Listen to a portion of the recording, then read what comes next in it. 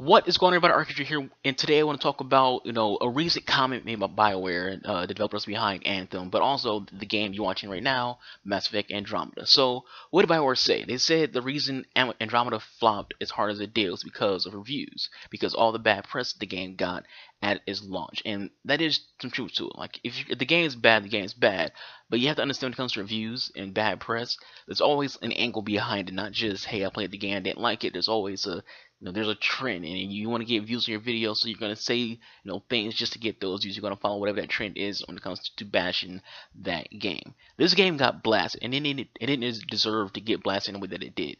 This game is nowhere near as bad as people made it out to be or made it out to seem.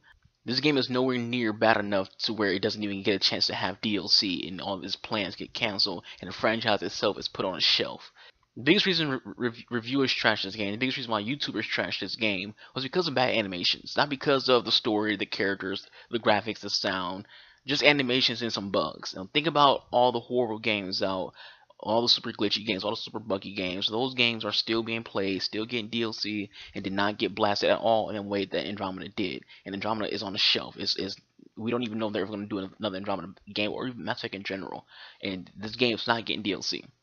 But this game, because it had bad animations, this is why it is the way it is. And if you think about it, that's kind of stupid. First and foremost, I'm saying this right now. Every Mass Effect game has had the same issues when it comes to creation and animation. So another thing people complain about is the creation in the game when it comes to character creator. It's not very good. It's not very good in Mass Effect 1, it's not very good in Mass Effect 2, it's not very good in Mass Effect 3. The same thing goes with animation. Mass Effect 1, 2, and 3 also have situations where the animations are pretty bad. No one cared about those games in terms of those flaws. But in Andromeda, those are the things people care about. Creation and animations are the biggest things that make this game fail.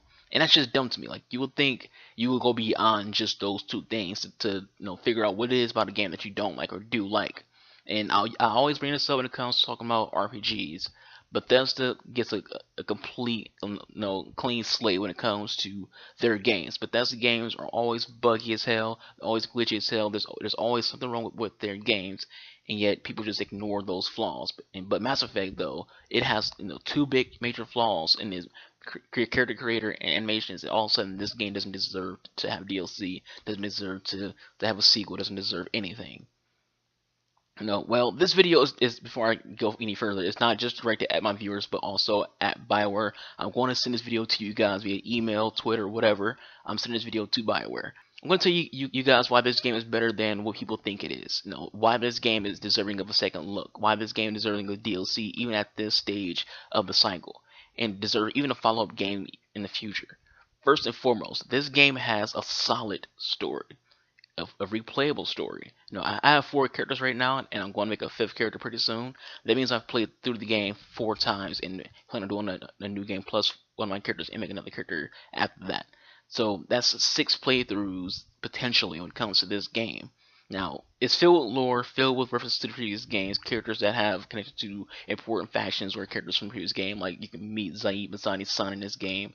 You can meet people who have ties to some of the DLC characters and of Mass Effect 1 and 2 and 3. Hell, even Kandros, the guy the Turian who was in charge of strike teams and whatnot, he's the cousin of Nyx, who was the Turian female we met in the Omega DLC. There was never a part of the story where I went, this is dumb, I don't like this game's trash. Never at one point in this story that I experienced that at all. I've always enjoyed experiencing the story in this game. Hell, there are very good and there's a very good chance that this whole Andromeda initiative thing was funded by servers. And when it comes to lore and it comes to, a game has to have your interest, that alone is something that would get, before I even go further, I should mention that you have to have interest in Mass Effect's lore to even care about how big of a, impact that is to say the whole initiative, thing is funded by servers. It's a server's mission, it's a server's op. And because this game's DLC got canceled, because the franchise got put on the show, we will likely never know the truth behind the initiative. The truth behind is servers' connections. What happened to the Quarian arc? What was teased which was teased at the end of the game, and more when it comes to possible things that happen with this game. More about the Ket, other enemies, the Jardin, which are people who created the Angara. They also created the Remnant. So there's so many other things that could happen. This game has so much potential, but people didn't realize the potential that it had. And going back to that whole servers thing, throughout the entire game from beginning to end, you'll experience context, video logs, audio logs, and that literally just basically trying to. It's like a Dark Souls game when it comes to its lore. Now, Dark Souls, the game doesn't tell you exactly what's going on, but it gives you hints after hint after hint after hint. That's the same thing when it comes to servers in the initiative. It gives you hint after hint after hint that this is a server's mission, this is servers led. So even with the characters, people keep saying the characters aren't good. Bullshit. The characters in this game are nicely developed. They're good characters. They all have their own personalities. They all have flaws and positive. The characters in this game are, they're like any other Bioware characters when it comes to being, being very good characters. The problem with these characters aren't them, but how people view them. A lot of people who view this game view the characters as copycats of the other characters or replacements of the previous characters, and then that's not what they are. They're not copycats or replacements for previous characters, which is the wrong way of viewing your squad in general. You can't view your squad as a replacement for the other people. Drake isn't a replacement for Rex. PB isn't a replacement for Liara. Vetra isn't a replacement for Garrus. Neither is Jaw. They're all their own characters. Stop viewing them as anything other than that. They're not replacements for anybody. They're just new characters. Look at this game with an open mind and not try to look at it from a standpoint of this is a replacement for that. This is a reboot of Mass Effect. That's not what it is. This is look at it as a standalone game. These are standalone characters, standalone story with connections to the previous games. Do not view it as this is Mass Effect replacement for Shepard, for the Normandy, for Joker, for Tally, and all those beautiful, great squad members. These characters are all great in their own right, and they deserve to be viewed as such. Now, view this game, these characters, as something brand new, not a copy or replacement. Drac is amazing, Jaw is badass, PB is amusing or annoying depending on how you view her or your sense of humor. Car, she's kind of boring at times, but also her background is super interesting and has a huge implication on lore. As in, she's very likely related to, if not the daughter of, the Elusive Man, and her biotics are on a level so great and beyond any of the human that we know of. So much so that Asari respect her, accept her into their culture, and basically consider her to be on par with a biotic commando.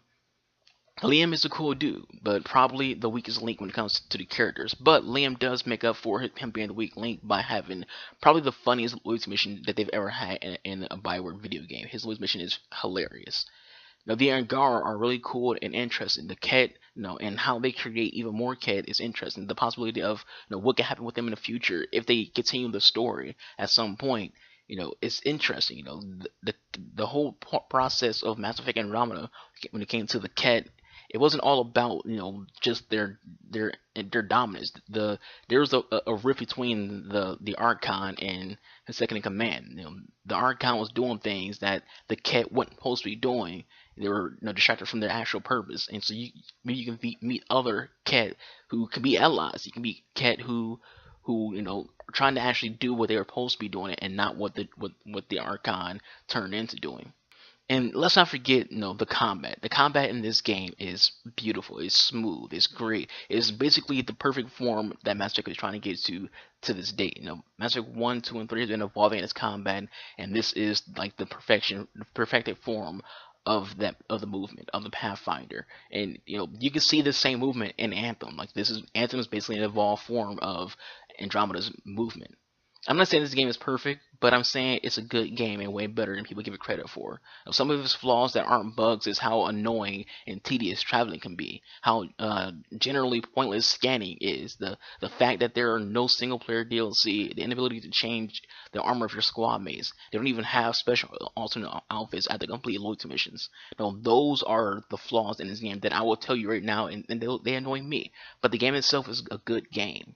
And I'm not alone. I tweeted Bioware a couple months ago telling them they should come out with a single player DLC now.